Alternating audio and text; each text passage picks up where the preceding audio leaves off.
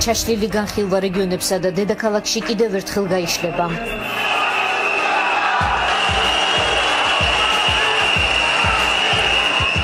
ხმაური დებატები კონსტიტუციის მოგზაურობა რეგიონებში. იფიქრეთ იმაზე, რომ ოპოზიციაც მართალია, ის 85 არასამთავრობო ორგანიზაციაც მართალია რაღაცაში, რომელიც შენიშვნას გაძლევს. პრეზიდენტიც იქნებ მართალია რაღაცაში. ეს არ არის ახალ განხილვა, მხოლოდ მთელი ქვეყანა არის წინააღმდეგი ამ ცვლილებების. დეპარტიული პრეზიდენტის არჩევა არის გამორიცხული პირდაპირი არჩევნების პირობებში. ვენეციის კომისიის დასკვნის მოლოდინი. პრეზიდენტი ბოიკოტი პარტიების სცენაზე დარბაზში და დარბაზ მიღმა. ჩვენ არ გამიჯნულვართ, არ გამოფიშულვართ პროცესს, რომელიც გულისხმობს საყოველთაო განხილვას იმ საშინელებისა, რომელიც ასახვაც უნდა ქართულ ოცნებას კონსტიტუციაში. პირიქით, ჩვენ ჩავერთეთ ამ პროცესში. ალტერნატიული განხილვა გადარჩება კონსტიტუციის საბოლოო პროექტში, ხალხის თუ პარტიის კონსტიტუცია. პოლიტიკური ლიდერები დღეს საღამოს პოლიტმეტრში. Ended Politics. საღამოს მშვიდობისა, ეს პოლიტმეტრია. დღეს გადაცემას მე ვახოსანაია წავიყვან. სახელმწიფოს მთავარი დოკუმენტი. რას მივიღებთ ხალხის თუ პარტიის კონსტიტუციას? პოლიტიკურ ძალებს შორის კონსენსუსი არ ჩანს. პირიქით, პროექტის შინაარსი პარტიებს შორის უთანხმოებას დღითი დღე აღრმავებს. თითქმის 22 წლიან კონსტიტუციას ცვალებადი ბედი ერგო, მასში ხშირად შედიოდა შესწორებები, განიცდიდა საზოგადოებრივი შეთანხმების დეფიციტს, ხშირად უწოდებდნენ ერთ პირზე მორგებულს. რა ხდება მაშინ, როცა ფუძემდებლურ დოკუმენტზე შეთანხმება ვერ ხერხდება? სად და რა ვითარებაში იჩენს ხოლმე თავს კონსტიტუციაში შეტანილი ჩანაწერები, როცა ეჭვებია, რომ ეს ცვლილებები ვიწრო პოლიტიკურ ინტერესებს ემსახურება. რა ძალა აქვს კონსტიტუციას ჩვენს ყოველდღიურ ცხოვრებაზე? ესაა შეკითხვები, რომელიც მუდმივად იბადება, როცა საქართველოს კონსტიტუციის ბიოგრაფიას გადავავლებთ თვალს. საქართველო კიდევ ერთი პროცესის მომწრეა, რაც მთავარი დოკუმენტის ახალი ვარიანტის დამტკიცებით დასრულდება. პროექტის მომზადება 4 თვეში მოესწრო, რაც საყოველთაო სახალხო განხილვით გაგრძელდა. უკვე გაიმართა 10 შეხვედრა, ბოლო განხილვა დედაქალაქში ჩაიშალა. დაანონსებულია მეორე ეტაპი კონსტიტუციაზე სამშელოდ 10 ჯერ შეიკრიბებიან რეგიონებში და პლუს თბილისის ყველა რაიონში. პარალელურად მნიშვნელოვანია რა სიტყვის ვენეციის კომისია. დღეს ჩვენ სტუმრებთან ერთად საქართველოს კონსტიტუციაზე ვიმსჯელებთ.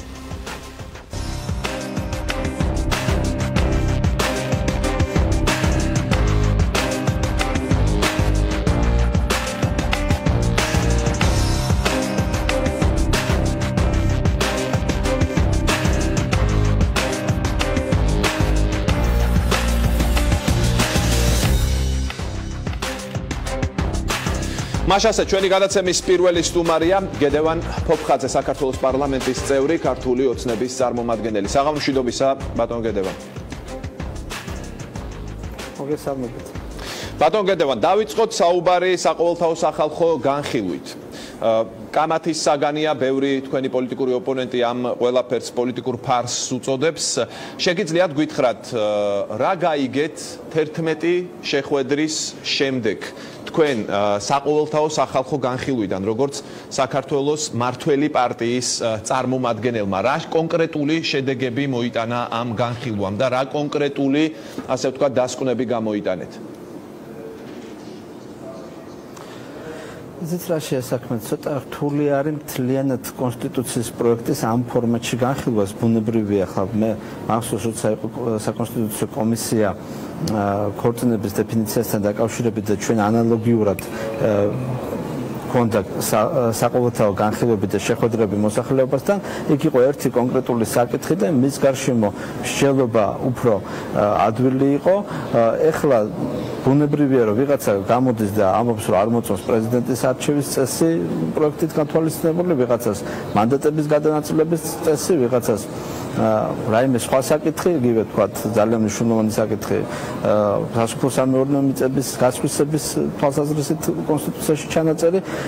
ბუნებრივია, რომ ასეთი მსჯელობა ცოტა რთულია, ვიღაცა ამას ასაბუთებს გულწრფელად, გააზრებულად არგუმენტებით, ვიღაცისთვის არის პოლიტიკური სპეკულაციის საგანი. ესეც მოსალოდნელი იყო საჯარო განხილვების ფორმატში. აქედან გამომდინარე, ჩვენ ყველაფერ ამას ვისმენთ, მაგრამ იცით რა არის, ეს არ არის პროცესი, რომლის დროსაც ადამიანმა აპრიორი უნდა შეიცვალოს თავისი აზრი, განსხვავებული აზრის მოსმენის დროს. ჩვენი ერთ-ერთი ამოცანა არის ჩვენი არგუმენტების შეთავაზება და ჩვენი პოზიციის დასაბუთება აქედან გამომდინარე ავტომატურად რაიმე საკითხთან დაკავშირებით აზრის შეცვლასაც არავინ არ ვაპირებთ. ანუ თავად ფორმატი არ აღმოჩნდა ეფექტიანი, ამას ამბობთ თუ სწორად ვერ გავიგე შემისწორეთ. არა, მე არ გეტყვით რომ ეფექტიანი არ არის ეს ფორმატი, ეს არის ერთადერთი სახალხო განხილვის ფორმატი, სხვანაირი ფორმატი ვერ იქნება, იმიტომ რომ თუ ჩვენ გვინდა ხალხთან ერთად განხილვა, ეს უნდა გავაკეთოთ დარბაზებში. სხვა ფორმით ამას ვერ გავაკეთოთ. თქვენ თქვით რომ აი თქვენი არგუმენტები და პოზიცია მიგეტანათ, მაგრამ საყოველთაო სახალხო განხილვა ცოტა სხვა რამეს ხომ არ გულისხმობს რომ ვინც მასში მონაწილეობს, სწორედ მათ არგუმენტებს მოусმინოთ. ანუ ამიტომ კითხეთ ფორმატთან დაკავშირებით. თქვენი არგუმენტები ისედაც გასაგებია და საზოგადოებას ტელეეკრანებიდან ყოველდღიურად ესმის. მათგან რა მიიღეთ საზოგადოებისგან რომელსაც ხვდებით? განხილვის არსი მდგომარეობს აზრთა გაცვლაში. ახლა განხილვა არ ნიშნავს არც იმას, რომ მე ინფორმაციას ვაწვდი და არც იმას, რომ უბრალოდ აზრს ვისმენ და მე ოქმში ვწერო განხილვის დროს ვიღაცამ ან უმრავლესობამ ასეთი აზრი გამოთქვა. არც დარბაზში კენჭისყრებს ჩვენ არ ვატარებთ და არ ვარკვევთ რომელ საკითხთან დაკავშირებით დარბაზს რა პოზიცია აქვს. ჩვენ აზრთა გაცვლას ვაწარმოებთ და ამ შემთხვევაში თავარი არის არა განწყობა, არამედ არგუმენტები თავისი ლოგიკური სიმტკიცით. ამაზე უნდა აიგოს მსჯელობა და ჩვენი მიზანი არ არის მანდამაინც კონკრეტულ რაღაცა მოდელზე შევთანხმდეთ, ხო? ინსტიტუციონალური მოწყობა იქნება თუ რაიმე უფლებრივი საკითხი იქნება. ჩვენი მიზანი არის, რომ აი იმ მოდელმა, რაზეც შევთანხმდებით, მე ჩვენ მიგვიყვანოს იმ შედეგამდე, რაზეც ვართ ორიენტირებული. ეს არის ძლიერი ქართული სახელმწიფო, სადაც არის დაცული ადამიანის უფლებები და სადაც არის ეფექტური რესურსი იმისა, რომ ადამიანმა თავის რეალიზაცია მოახდენოს და მიიღოს ის სიკეთე, რაც სახელმწიფოსგან ზოგადად ადამიანს უნდა. ბატონ გედევან, აი ამ პროცესში ერთი მხრივ საყოველთაო სახალხო განხილვა, მეორე მხრივ ვენეციის კომისიის დასკვნა, რომელსაც ყველა ელოდება. ამ თელ ამ პროცესში რა არის ყველაზე მნიშვნელოვანი? ვენეციის კომისიის დასკვნა? ცითრა მე ასეთ დიფერენცირებას მაინც არ მოვახდენთ ახლა. პირადად ჩემთვის მნიშვნელოვანი არის არგუმენტები, რომელსაც მე ვისმენ და მე ჩემი შინაგანი უნდა ჩამომიყალიბდეს ამ პროცესში ახლა. ვენეციის კომისიაც ადამიანებია, სახალხო განხილვის დროსაც ადამიანებთან გვაქვს ურთიერთობა, ამიტომ ახლა აბსოლუტურ ჭეშმარიტებაზე არც მე არ მაქვს პრეტენზია და არც სხვა ადამიანს არ უნდა გქონდეს. ჩვენ ვშელობთ, ვიყალიბდება საერთო წმენა იმისი, რომ გადაწყვეტილება, რომელსაც ვღებულობთ, არის სწორი და რაც მთავარია ჩვენ კომპრომისების გზით უნდა ვიაროთ. სხვანაირად კონსტიტუციის შეცვლა საერთოდ შეუძლებელი იქნება. ძალიან მაღალი კვორუმია და თუ ფართო მასშტაბიანი კონსენსუსი პარლამენტის შიგნით არ შედგა, ახლა საუბარი არის საზოგადოებრივ კონსენსუსზე, პოლიტიკურ სპექტრში კონსენსუსზე, მაგრამ პარლამენტშიც უნდა მოხდეს ასეთი კონსენსუსი, იმიტომ რომ ის ადამიანები, ვინც მანდატით აღჭურვა საქართველოს მოსახლეობამ ბოლო არჩევნების დროს და პარლამენტია უმაღლესი საკანონმდებლო ორგანო, რომელსაც რეალურად უნდა გადაწყვეტილება მიიღოს, იქ უნდა მართლა მოხდეს პოზიციების შეჯერება და საერთო რას გულისხმობთ ამ კონსენსუსში? აი დღეს რაც ჩანს, ბატონ გედევან, პოლიტიკურ სპექტრში არ არის არანაირი კონსენსუსი. ანუ ეს პროექტი მისაღებია მხოლოდ მართველი გუნდისთვის, არც საპარლამენტო, არც არასაპარლამენტო ოპოზიციისთვის არ არის მისაღები. ან კონსენსუსს, ან კომპრომისს რაში ხედავთ აი ამ თელ ამ პროცესში? რა შესაძლოა? მე რაც განსხვავებულ საკითხთან დაკავშირებით მოსასწრები მოვისმინე, ეს ძირითადად არის მაინც ინსტიტუციონალური, რომელიც პარტიულ ან ვიწრო პოლიტიკურ ინტერესს კონიუნქტურის დონეზე ვთქვათ, პასუხობს ახლა. ეს არის იმ კონკრეტული პარტიის ინტერესი. ახლა მე თუ ვიქნებოდი ოპოზიციაში, შეიძლება სხვანაირი мотиваცია მქონოდა, ახლა ვარ სახელმწიფო პოლიტიკური ძალა და სხვანაირი კონიუნქტურა შეიძლება მქონდეს. მე ამას პირობითად ვამბობ, იმიტომ რომ მე მგონია, რომ გადაწყვეტილება უნდა მივიღოთ ობიექტური სტანდარტით და არა იმითი, მე რა პოზიციაში ვარ და რა არის ამა თუ იმ პარტიისთვის კარგი. საუბარია იმაზე, რომ ჩვენ უნდა გქონდეს ძლიერი პარლამენტი, ძლიერი საპარლამენტო რესპუბლიკა, სადაც არის ხელისუფლების შტოები დაბალანსებული და შესაბამისად არ ხდება გადაფარვა უფლებამოსილების და არის ეფექტური მმართველობა. თუ ასეთ ინსტიტუციონალურ მოწყობაზე თანხმდებით, ეს არის სწორი. ახლა აქ არანაირი პარტიების ინტერესი ან პოლიტიკური ისტაბლიშმენტის ინტერესი ან კონკრეტული პიროვნების ინტერესი არ უნდა იყოს გათვალისწინებული. სწორედ აი ამ სტანდარტიდან გამომდინარე უნდა შევთანხმდეთ. ახლა თუ ამაზე კომპრომისი ვერ ხერხდება, ეს ცუდია, იმიტომ რომ ზოგადად სტანდარტი უნდა იყოს ობიექტური სუბიექტური და არა ვიღაცის ინტერესებიდან გამომდინარე. ახლა რაც არის მოდელი შემოთავაზებული, ეს არ არის ცუდი მოდელი და ამ მოდელის ფარგლებში ჩვენ შეგვიძლია ვიფიქროთ იმაზე, რომ ამითი ვიაროთ ძლიერი ქართული სახელმწიფოსაკენ, რაც არის საერთო მიზანი, ხო? ახლა მაგაზე მე მგონი არავინ არ გვდავა. მაგრამ აი ნახეთ, თუ კი მოხდება ისე, რომ შემუშავდება საბოლოო ჯამში მიიღებს ასეთ სახეს ეს პროექტი ვენეციის კომისიის დასკვნის შემდეგ, სადაც თქვენ შეიძლება რაღაც გაითვალისწინოთ, რაღაც არ გაითვალისწინოთ, მაგრამ მოხდება ისე, რომ პარლამენტში ხელს აწევს მხოლოდ ქართული ოცნების დეპუტაცია და დაამტკიცებს ახალ კონსტიტუციას, ხოლო ყველა სხვა პარტია იტყვის, რომ მას არ მოსწონს, მათ შორის აი სახელისუფლებო ბალანსის შტოებს შორის არ მოსწონს, როგორც ჩაიწერება ახალ კონსტიტუციაში, იქნება თუ არა ეს პრობლემა ჩვენი სახელმწიფოსთვის, როცა მხოლოდ მართველ პარტიას მოსწონს კონსტიტუცია, ფართო საზოგადოებრივი შეთანხმების დოკუმენტი უნდა იყოს კონსტიტუცია, თქვენ თავადაც აღნიშნეთ. ეს რა შესაქმე, ხა ამ შემთხვევაში მართლ პარტიაზე აქცენტირება არაა სწორი.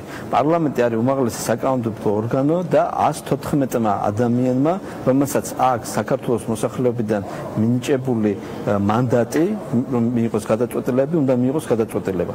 რომელ პარტიას გამოხატავს ეს ადამიანი, ამ შემთხვევაში აქედან ჩვენ ეს არ უნდა გახდეს გამოსავალი წერტილი, ხა არ უნდა ვთქვათ, რომ აი პარტიების სიმრავლე განსაზღვრავს კონსტიტუციის ლეგიტიმურობას და მის სისწორეს.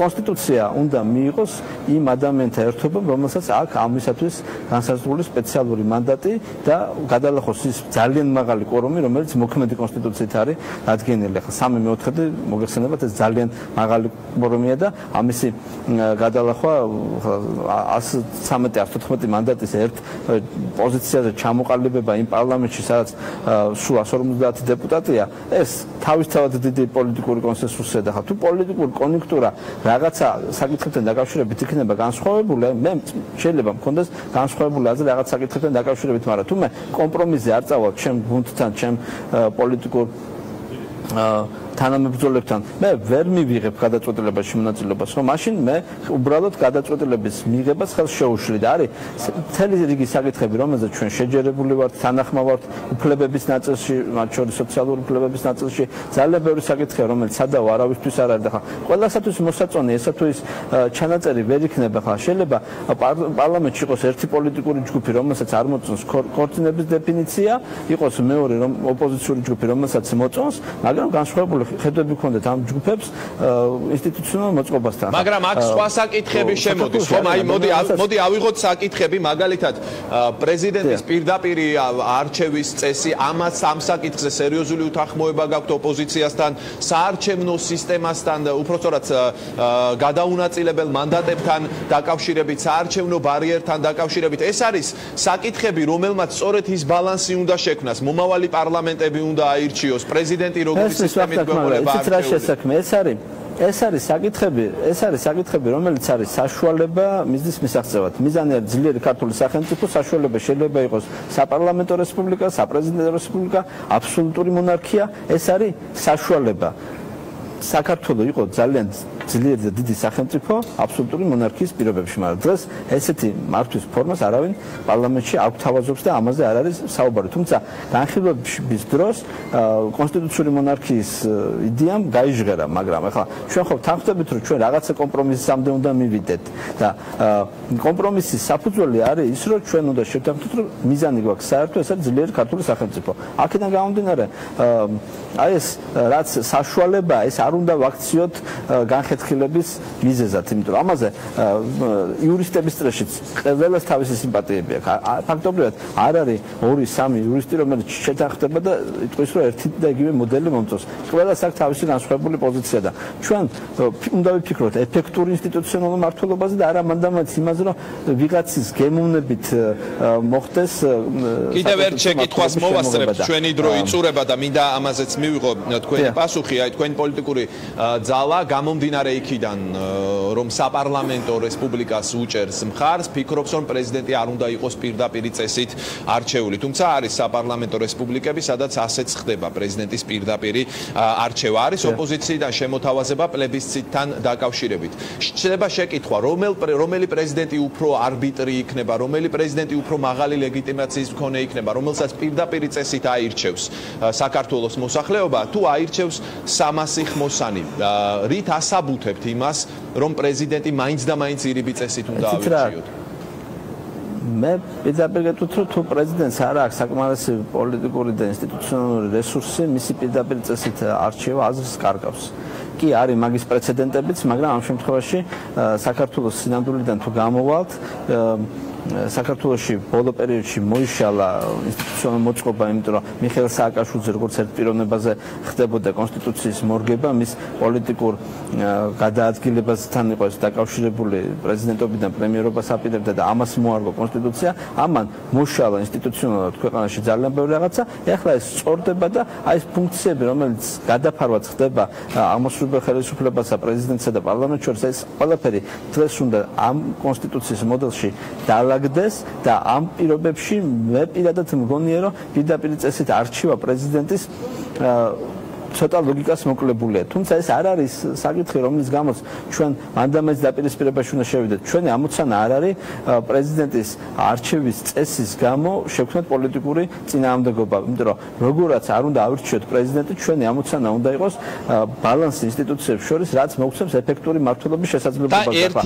ერთი კიდევ შეკითხვა, ბატონ გედევან, აი ნახეთ, ეს უფრო სიმპათიების საკითხია. მესმის, თქვენ ახსენეთ, რომ ვენეციის კომისიაც ადამიანებითაა დაკომპლექტებული და ეს მართლაც ასეა, მაგრამ მე მინდა კითხოთ ასეთი რამ, ანუ შესაძლოა თქვენ ვენეციის კომისიის რაღაც რეკომენდაციები არ გაითვალისწინოთ, მართველი გუნდი ამისთვის არის მზად?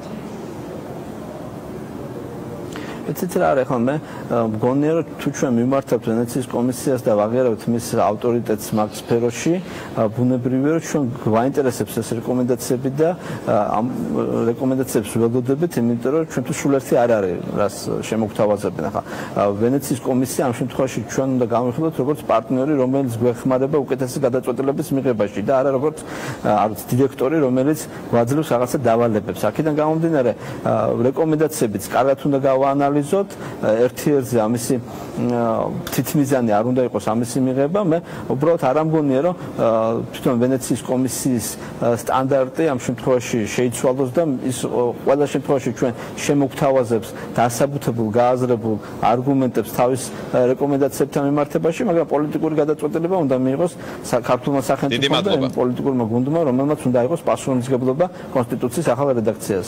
გედევან ფოფხაძე, ქართული ოცნებიდან ჩაგვერთო პირდაპირ ეთერში. გმადლობთ, რომ მონაწილეობდით გადაცემაში. ახლა ჩვენს მომდევნო სტუმარს წარმოგიდგენთ, ნიკა რურუა, ნაციონალური მოძრაობა, ის პირდაპირ ეთერში ჩაგვერთვება. საღამომშვიდობისა.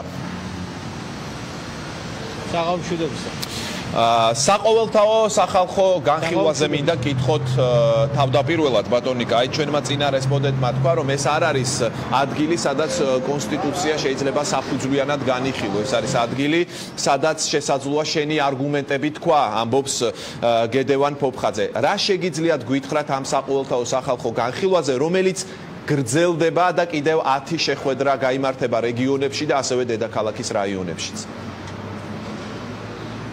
პირველ რიგში მინდა ვთქვა, რომ წინა გამომცვლელის დემაგოგია უბრალოდ ვერანაირ კრიტიკას ვერ უძლებს. აბსოლუტური გაუგებრობა იყო დახვავებული ეხამსმენელისთვის და ლოგიკური სთომილებების მთელი კასკადი. ტყუილები პირდაპირ ვთქვა. სამი რაღაცა, რატომაც ეს ახალი კონსტიტუცია და ეს ახალი კონსტიტუცია და არა კონსტიტუციური ცვლილებები, ეს ახალი კონსტიტუცია რატომაც არ შეიძლება იყოს მიღებული, რატომაც ყველამ უნდა გაუწიოს წინააღმდეგობა. სამი ძირითადი პრინციპი არის აქ დარღვეული კონსტიტუციური პროცესისა, ამას როგორც იურისტი გეუბნებით და ესენია, პირველ რიგში კონსტიტუცია არ შეიძლება იყოს მიღებული ხალხის და პოლიტიკური კლასის ზურგს უკან. არ შეიძლება ის იყოს ჩართულობის და კონსენსუსის გარეშე მიღებული. ეს დღეს ასე ხდება. მეორე, არ შეიძლება კონსტიტუცია იყოს მორგებული ერთი რომელიმე პოლიტიკური მით უმეტეს მმართველი ძალის ინტერესებს.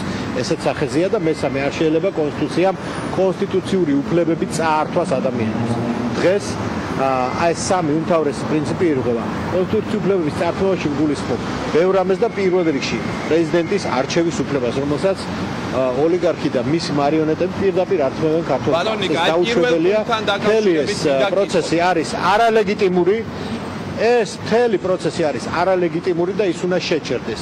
ამას თუ არ გააკეთებს ქართული ოცნება, ამას გააკეთებს ქართული საზოგადოება, ქართველი ხალხი. აი პირველი რაც თქვით ბატონ ნიკა, ნახეთ ფარსი, რასაც ეხა ჩვენ ვესწრებთ. თქვენ ამბობთ, რომ არ შეიძლება მიღებული იქნეს კონსტიტუცია ხალხის და პოლიტიკური კლასის ზურგს უკან. რა იგულისხმება ამ სიტყვებში? აი რა უკუჩვენება შეიძლება ჰქონდეს ამას? კი ბატონო, უკუჩვენება არის ის, რომ კონსტიტუცია, რომელიც მიღებული იქნება, მთლიანად დაარღვევს სამთავრობო არქიტექტურის სიმეტრიას. იქნება ერთი დიდი თავკომბალა, ძალიან დიდი აღმასრულებელი, რომელსაც პრეზიდენტის სახით, რომელიც პირდაპირ არის დღესდღეობით არჩეული, არანაირი მაბალანსირებელი ფაქტორი აღარ ექნება და პარლამენტი დანიშნავს პრეზიდენტს, პარლამენტი დანიშნავს პრემიერს, პარლამენტი დანიშნავს მთავრობას, პარლამენტი დანიშნავს მოსამართლეებს. პარლამენტი იქნება გადღაბნილი უსახო ასეთი დიდი მასა, რომელსაც სხვადასხვა манипуляციებით ივანიშვილი შეაკოწიწებს ხოლმე ყოველ 4 წელიწადში ერთხელ. და ხალხი იქნება აბსოლუტურად უფლება ჩამორთმეული, რომ სამთავრობო პროცესში არათუ მონაწილეობა მიიღოს, არამედ რაიმე გავლენა იქონიოს მასზე. უბრალოდ გამორიცხული იქნება, რომ შეცვალო ხელისუფლება მშვიდობიანად. თუ ეს ახალი უვარგისი კონსტიტუცია მიიღეს.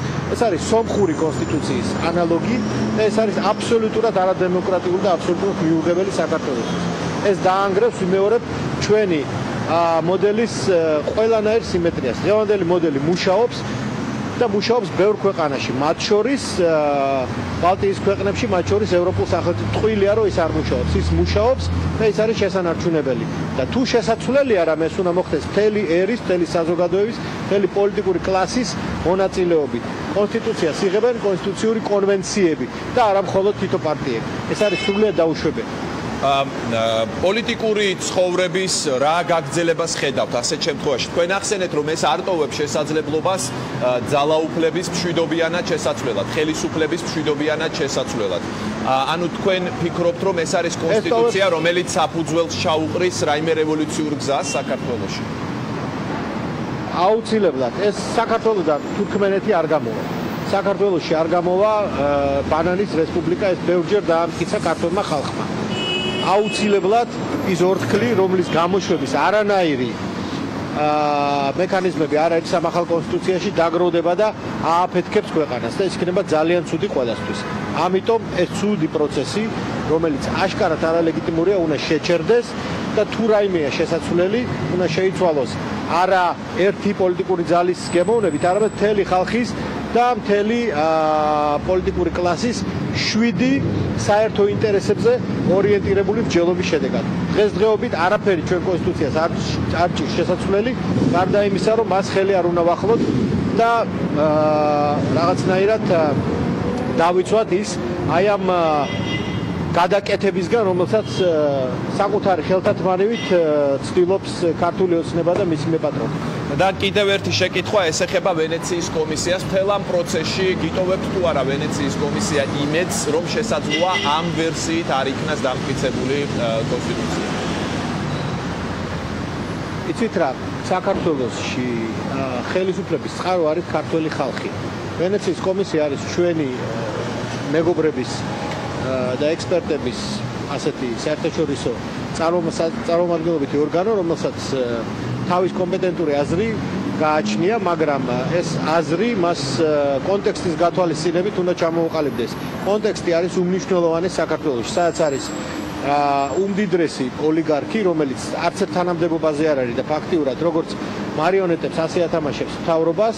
ამ კონტექსტის გათვალისწინების გარეშე ნებისმიერი ფუნქციაზე დაწერილი მოდელი შეიძლება გამოიყურებოდეს უწყინრად. უნდა იყოს გათვალისწინებული კონტექსტი, როდესაც ხდება შეფასება აი ამ ნებისმიერი ცვლილებისა და ამ შემთხვევაში ცვლილება კი არ არის, საერთოდ ახალ კონსტიტუციას გვახვევს თავს საქართველოს მოსახლეობას და მთელ ხალხს ქართული ოცნება. ამიტომ დარწმუნებული ვარ და ვენეციის კომისიაში ბევრი წერილი წავა, აი ხვალად შეხვედრა გვაქვს დიპლომატებთან, მთელი სამოქალაქო საზოგადოება, მთელი არასამთავრობო სექტორი არის წინააღმდეგი ამ ახალი მახინჯი არადემოკრატიული მოდელის. ეს რა თქმა უნდა, ეს კონსოლიდაცია საზოგადოებრივი თავის როლს ითამაშებს და ბოლო არბიტრი მაინც არის ქართველი ხალხი, ვინც არის წყარო ძალაუფლებისა ჩვენ ქვეყანაში. ამიტომ კონსტიტუციის დასახიჩრებას და დემოკრატიის დასამარებას ქართული ხალხი არ დაუშვებს ჩვენ. აი თქვენ ძალიან ხშირად ახსენებთ ერთი პარტიის საქმე. საყოველთაო საქმეა. ყოველ მოქალაქეს ართმევენ უფლებებს. ამიტომ ყოველი მოქალაქე აქ ძალიან არაორაზროვნად მოიქცევა დარწმუნებული. ძალიან ხშირად ახსენებთ საზოგადოებას, მაგრამ აი 22 წლის განმავლობაში ეს საზოგადოება ხედავდა, რომ როგორ იცვლებოდა კონსტიტუცია და მას რაიმე სერიოზული მონაწილეობა ამ ცვლილებებში არ ჰქონდა. აი ამ ტრადიციის გაგრძელებასთან ხომ არ გვაქვს სწორედ. ახლა ვსწავლობთ ამას, აი ამ მინუსებს, რომელიც აშკარად არის ჩვენს გამოცდილებაში, აი ამ თეთრ ლაქებს, რომელიც საქართველოს სახელმწიფოებრიობაში არსებობს, ახლა აი ამ ნეგატიური გამოცდილებით ვავსებთ. ახლა რეალურად იგებს ქვეყანა თუ რამხელა მნიშვნელობა აქვს ქვეყნის უზენაეს კანონს, კონსტიტუციას, რომელიც არის რეალურად მრწამსის, თამაშის წესების და ქვეყნის ფუნდამენტური ღირებულებების ასეთი კრებითი დოკუმენტი. ის გაფრთხილებას საჭიროებს, ის საყოველთაოა და არ შეიძლება რომელიმე პოლიტიკურ ძალას დავანებოთ მისი საკუთარ ტანზე მორგება. ვინც არ უნდა იყოს ეს, გამორიცხულია. ყველამ უნდა დავიცვათ ჩვენი საერთო თამაშის წესები, რასაც ქვია კონსტიტუცია.